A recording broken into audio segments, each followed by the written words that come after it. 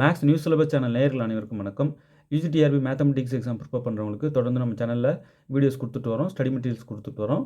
அதே போல் model எக்ஸாம்ஸும் 4 conduct பண்ணிட்டோம். இப்போ எக்ஸாம் கிட்ட நெருங்கிடுச்சு, ரொம்ப கிட்டக்க இருக்குது. ஒரு 10 டெஸ்ட்டாக கண்டக்ட் பண்ணணுன்ட்டு முழு மூச்சாக நாங்கள் ரெடி பண்ணிகிட்டு இருக்கோம். Model exams as usual government எப்படி எந்த பேட்டர்னில் வந்து அவங்க கண்டக்ட் பண்ணுவாங்களோ அதே பேட்டர்னில் 4 மாடல் எக்ஸாம் நாங்கள் நடத்திட்டோம் யூஜிடிஆர்பி மேத்தமெட்டிக்ஸ்க்கு. இப்போ 5வது டெஸ்ட்டு கொஷின் பேப்பர் ரெடி ஆகிடுச்சு. 5வது மாடல் எக்ஸாம் எழுதணும் சார், நாங்கள் எழுதி பார்க்கணுன்னு ஆசைப்பட்றவங்க ஸ்க்ரீனில் தெரிகிற 9384686847 நம்பர் காண்டாக்ட் பண்ணிங்கன்னா உங்களுக்கு வந்து அந்த 5வது கொஷின் பேப்பர் மாடல் எக்ஸாம் உங்களுக்கு அனுப்பி வைப்பாங்க, வாங்கி நீங்கள் எழுதி பார்க்கலாம். சார் இன்னும் இருக்கிற டேட்டில் எத்தனை கொடுப்பீங்க? முடிஞ்ச வரைக்கும் 10 நெருங்கணும்னு பிளான் பண்ணியிருக்கோம். இன்னும் கிட்டக்க போக போக நீங்கள் ப்ரிப்ரேஷன் ஸ்பீடு நல்லாயிருக்கும். அந்த டைமில் மாடல் எக்ஸாம் நிறையா பார்த்தீங்கன்னா இன்னும் பெனிஃபிட்டாக இருக்கும். ஸோ மாடல் எக்ஸாம்ஸை நீங்கள் கண்டிப்பாக எழுதி பாருங்கள், பெரிய சப்போர்ட்டாக இருக்கும். எக்ஸாம் எழுதிட்டு வந்து அதோட ஃபீட்பேக் நீங்களே கொடுப்பீங்க. ஓகே, இப்போ அடுத்து ஒரு ப்ராப்ளம் பார்க்குறோம். இது வந்து யூஜிடிஆர்பி மேத்தமெட்டிக்ஸ் எக்ஸாம் சரி, பிஜிடிஆர்பி மேத்தமெட்டிக்ஸ் எக்ஸாம் சரி, ரெண்டுக்குமே கேட்கக்கூடியது, ரொம்ப முக்கியமான ஒன்று. இதில் என்ன கேட்குறாங்க பாருங்கள். In a Poisson distribution standard deviation is √2, then P of அந்த probability of P of capital X greater or equal to 1 is என்னன்னு சொல்லிட்டு கேட்குறாங்க. ஓகே, இப்போ P of capital X greater or equal to 1ஓட வேல்யூ என்ன, இந்த நாளில் எது அப்படின்னு சொல்லிட்டு சொல்லணும். எந்த டிஸ்ட்ரிபியூஷனில் இருக்கும் அது ரொம்ப முக்கியம். பாய்சன் டிஸ்ட்ரிபியூஷனில் இருக்கும்.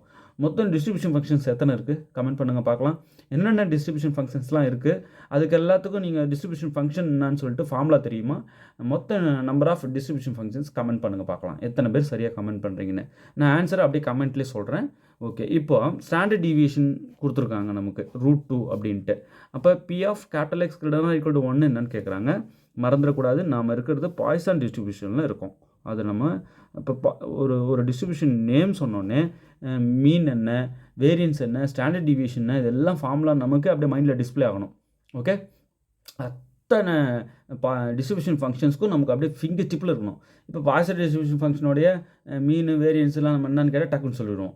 அப்போ அதேமாதிரி பைனாமியல் டிஸ்ட்ரிபியூஷன் ஃபங்க்ஷன்ஸ் இருக்குது, காமா டிஸ்ட்ரிபியூஷன் ஃபங்க்ஷன்ஸ் இருக்குது, இப்போ பாய்சான் மாதிரியே நார்மல் டிஸ்ட்ரிபியூஷன் ஃபங்க்ஷன்ஸ் இருக்குது.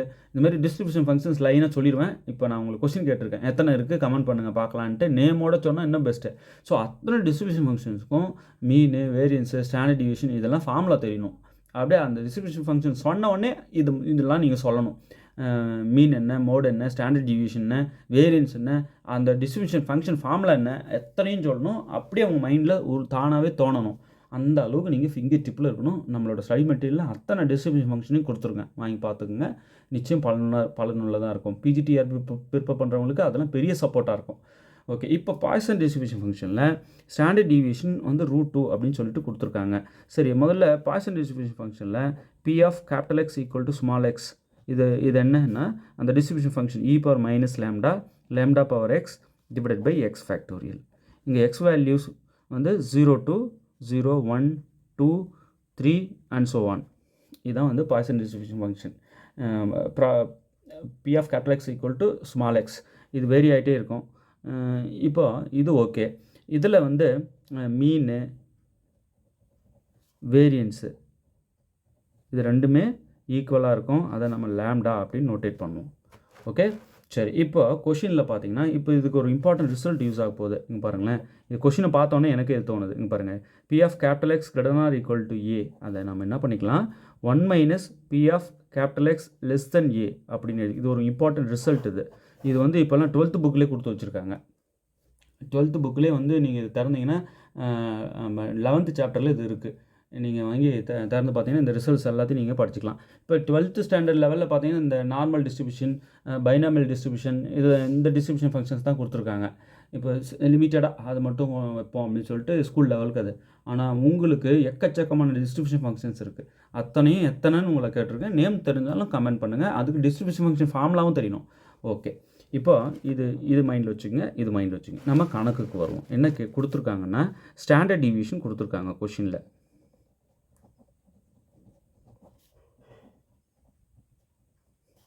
ஸ்டாண்டர்ட் டிவியேஷன் நமக்கு எவ்வளோ கொடுத்துருக்காங்க பாருங்கள். ஸ்டாண்டர்ட் டிவியேஷன் ஈக்குவல் டு √2 அப்படின்னு சொல்லியிருக்காங்க. ஓகே, சரி. ஸ்டாண்டர்ட் டிவியேஷன் நம்ம சிக்மா அப்படின்னு சொல்லுவோம். Sigma equal to √2. ஓகே, சரி. இப்போ வேரியன்ஸ் வேணும். வேரியன்ஸை நம்ம சிக்மா ஸ்கொயர் அப்படின்னு சொல்லுவோம். அப்போ இதை ஸ்கொயர் பண்ணால் வரும், √2 ஸ்கொயர் பண்ணால் வெறும் 2. இந்த சிக்மா ஸ்கொயர் தான் வேரியன்ஸ். இப்போ எதுக்கு வேரியன்ஸ் கண்டுபிடிச்சிட்ருக்கீங்க சார்? தேவைப்படுது. ஸோ வேரியன்ஸை நம்ம லேம்டா அப்படின்னு நோட்டேட் பண்ணுவோம். இங்கே பாய்சன் டிஸ்ட்ரிபியூஷனில் வேரியன்ஸை லேம்டான்னு சொல்லுவோம். So lambda equal to sigma square equal to 2. இப்போ ஃபைனலாக லேம்டா வந்து 2 நமக்கு கிடச்சிருக்கு. இந்த வேரியன்ஸ் தாங்க லேம்டா ஈக்குவல் டு வேரியன்ஸ். இப்போ சிக்மா ஸ்கொயரை நம்ம வேரியன்ஸ் அப்படின்னு சொல்லுவோம். இப்போ லேம்டா கிடச்சிருச்சு. இப்போ நமக்கு இங்கே தேவைப்படுதுங்க, பாய்சன் டிஸ்ட்ரிபியூஷனில் லேம்டா வேல்யூ தேவைப்படுது. இப்போ அடுத்தது அவங்க என்ன கேட்குறாங்க? P of capital X greater or equal to 1 என்னன்னு கேட்குறாங்க. ஈஸி. இவங்க பாருங்களேன், P of capital X greater or equal to 1 equal to, இதை எப்படி எழுதிக்கலாம்? இந்த ரிசல்ட் படி 1 minus P of capital X less than 1ன்னு எழுதிக்கலாமா? சரி, எக்ஸ் வேல்யூ லெஸ் தென் 1ன்னா அப்போ என்னவாக தான் இருக்க வாய்ப்பு இருக்குது? எக்ஸ் வேல்யூஸ் லெஸ் தென் 1ன்னா 0வாக தான் இருக்க வாய்ப்பு இருக்குது. அப்போ நம்ம இதை எப்படி எழுதிக்கலாம்? 1 minus P of capital X equal to 0ன்னு எழுதிக்கலாம் எக்ஸாக்டாக, இல்லையா? சரி, P of capital X equal to 0ன்னா என்ன அர்த்தம்? ஸோ ஜஸ்ட் எக்ஸ் வேல்யூ 0ன்னு இந்த ஃபார்முலாவில் இங்கே கொடுக்குறோம். இங்கே ஓகேவா? கொடுத்தா என்ன வரும் பாருங்கள். So P of capital X greater or equal to 1 தான் நமக்கு தேவை. அதை 1 minus P of capital X equal to 0 அப்படின்னு மாற்றி வச்சுருக்கோம். So 1 minus P of capital X equal to 0ன்னா என்ன?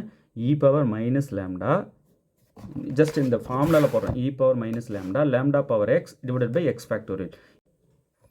ஜஸ்ட் எக்ஸ் வேல்யூ 0ன்னு நான் கொடுக்க போகிறேன். So lambda power 0 divided by 0 factorial, right? சரி, எக்ஸுக்கு நான் 0 கொடுத்துருக்கேன். அப்போ 1 மைனஸ் இ பவர் மைனஸ் லேம்டா இப்போ தான் நம்ம கண்டுபிடிச்சோம் 2, இல்லையா? இங்கே பாருங்கள், லேம்டா வேல்யூ 2 வேரியன்ஸ். அப்போது இங்கே வந்து 2ன்னு நம்ம கொடுத்துக்கலாம். இ பவர் மைனஸ் 2. இப்போ இங்கே 2 பவர் 0, எனிதிங் பவர் 0, அது இங்கே வந்து 1 ஆகிடுது. So 2 power 0 divided by 0 factorial. Okay, இப்போது 1 மைனஸ் இ பவர் மைனஸ் 2 இன்ட்டு இங்கே 1, இங்கே 0 ஃபேக்டோரியலும் 1. அப்போது இது டோட்டலாக என்ன ஆகிடுது? 1 மைனஸ் இ பவர் மைனஸ் 2 மட்டும்தான் இருக்குது. டினாமினேட்டர் 1 அது நம்ம போட வேண்டாம். இது 1 into e power minus 2 e power minus 2. சரி, இப்போ 1 மைனஸ் இ பவர் மைனஸ் 2வை 1 பை இ பவர் ப்ளஸ் 2ன்னு எழுதிக்கலாம். 1 பைன்னு எழுதியிருக்கேன். ஜஸ்ட் இதை இப்படி கிராஸ் மல்டிப்ளை பண்ணி மைனஸ் பண்ணிடுங்க 1ஓட. அப்போ 1 into e power 2 e power 2 minus 1 divided by e power 2. இதை சிம்பிளிஃபை பண்ணால் அப்போ ஃபைனலாக எனக்கு என்ன கிடச்சிருக்குன்னா, P of capital X greater or equal to 1ஓட value e power 2 minus 1 divided by e power 2, அதாவது e square minus 1 divided by e square. இப்போ இதில் 4 ஆப்ஷனில் எது கரெக்டாக இருக்குன்னு பாருங்கள். Option A, right? ஒன்றும் இல்லை. இப்போ பாய்சன் டிஸ்ட்ரிபியூஷன் ஃபங்க்ஷனுடைய டிஸ்ட்ரிபியூஷன் ஃபங்க்ஷன் நான் எழுதிட்டேன். மீனும் வேரியன்ஸ் நம்ம லேம்டா அப்படின்னு சொல்லுவோம். 2 ஈக்குவல் தான் இந்த டிஸ்ட்ரிபியூஷன் ஃபங்க்ஷனில். இந்த ரிசல்ட் ஒன்று மைண்டில் வச்சுக்கோங்க, ரொம்ப இம்பார்ட்டண்ட்டு. ஸ்டாண்டர்ட் டீவியேஷன் ரூட் 2 கொடுத்துருக்காங்க. அதாவது சிக்மா தான் ரூட் 2. அதை அப்படியே ஸ்கொயர் பண்ணால் சிக்மா ஸ்கொயர் கிடச்சிரும். அப்போ ரூட் 2 ஸ்கொயர் பண்ணால் 2. இந்த சிக்மா ஸ்கொயர் தான் வேரியன்ஸ், அந்த வேரியன்ஸ் தான் லேம்டா அப்படின்னு நம்ம பாய்சன் டிஸ்ட்ரிபியூஷன் ஃபங்க்ஷனில் நோட்டேட் பண்ணுவோம். இப்போ லேம்டா 2 கிடச்சிருச்சுன்னா இங்கே தேவைப்படுது. இப்போ P of capital X greater or equal to 1 நம்ம 1 minus P of capital X less than 1ன்னு எழுதிக்கலாம். So P of capital X less than 1ன்னா பிஎஃப் எக்ஸ் ஈக்குவல் டு 0ன்னு அர்த்தம், இல்லையா? இப்போ 1 minus P of X equal to 0வை இந்த இதுக்கு வந்து நான் டேரெக்டாக கொண்டு போய் எக்ஸ் வேல்யூ 0ன்னு இதில் கொடுக்க போகிறேன். கொடுத்தா இப்படி மாறி நிற்குது பாருங்கள். சப்ஸ்டியூட் பண்ணியிருக்கேன். எக்ஸுக்கு வந்து 0ன்னு போட்டிருக்கேன். அடுத்து லேம்டாவுக்கு 2 கொடுத்துருக்கேன். அப்படியே சிம்பிளிஃபை பண்ணால் இ பவர் மைனஸ் 2 வந்து நிற்குது. அந்த e power minus 2 1 by e power 2 1 by e ஸ்கொயர்னு எழுதிக்கலாம். ஜஸ்ட்டு 1ஓட மல்டிப்ளை பண்ணி அப்படியே நியூமரேட்டர் மைனஸ் பண்ணியிருக்கேன். சிம்பிளிஃபை பண்ணி அப்படியே இப்படி போட்டேன். E square minus 1 divided by e square. இது வந்து கரெக்டாக ஆப்ஷன் ஏ. ஓகே, நல்லா ப்ராக்டிஸ் பண்ணிக்கோங்க. இப்போ மாடல் எக்ஸாம் 5 அவைலபிளாக இருக்குது யூஜிடிஆர்பிக்கு. பிஜிடிஆர்பிக்கு மிக விரைவாக படிங்க. கால் ஃபார் இமிடியேட்டாக இப்போ உடனே இருக்குது. Full set of study material கொடுங்கன்னு சொல்லிட்டு பிஜிடிஆர்பி வாங்கிக்கோங்க. இது வரைக்கும் வச்ச மொத்த மாடல் எக்ஸாமும் பிஜிடிஆர்பி இது கொடுங்கன்னு வாங்கிக்கோங்க. அது எல்லாம் படிச்சிட்டிங்கன்னா போதும், கண்டிப்பாக நீங்கள் போஸ்டிங் வாங்கிக்கலாம். ஓகே, யூஜிடிஆர் ப்ரிப்பேர் பண்ணுறவங்க சார் 5, 6, 7 அடுத்தடுத்து வைப்பீங்களா? நிச்சயம் வைப்போம். முதல்ல 5 வாங்கி பாருங்கள்.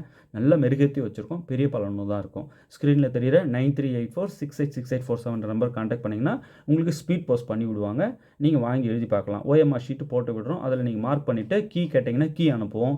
கீ வச்சுட்டு நீங்கள் வெரிஃபை பண்ணிக்கலாம் எவ்வளோ ஸ்கோர் பண்ணுறீங்கன்னு. எந்தெந்த ஏரியா வீக்காக இருக்கீங்கன்றது நீங்களே கண்டுபிடிச்சிட்டு அதை நல்லா படிக்கலாம். ஓகே, தேர்வில் வெற்றி பெற வாழ்த்துக்கள். தேங்க்யூ.